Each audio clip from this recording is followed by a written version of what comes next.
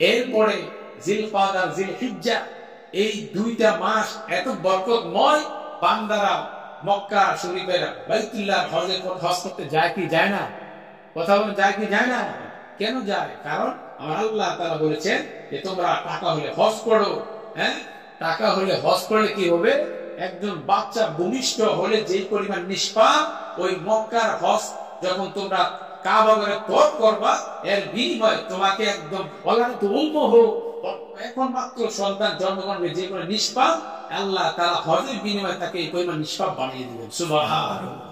তাহলে যারা টাকাওয়ালা আছে, এই বছর যাবো না, এমন টাকা জমাতে পারি নাই, গুছাইতে পারি না, এরকম লোক আছে কি আছে না? কথা বলেন, আছে কি আছে না?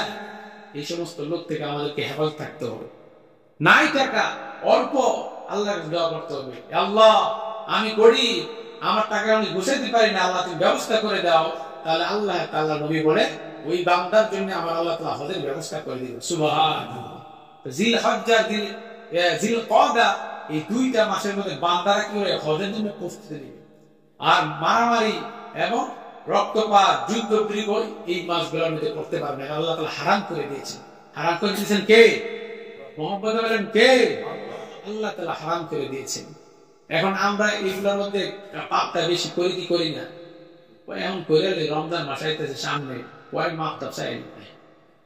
আর যেই লোকে টাকা আছে হাজি, আমার নিজের পরিচিত এক লোক, আমার নিজের কানে শোনা, উনি নাকি বলে যে এখন আমি পাপ করে নেই, সামনের বছর হজ করে আমার পবিত্র নাউজুবিল্লাহ বলে। যে লোক এই কথা বলে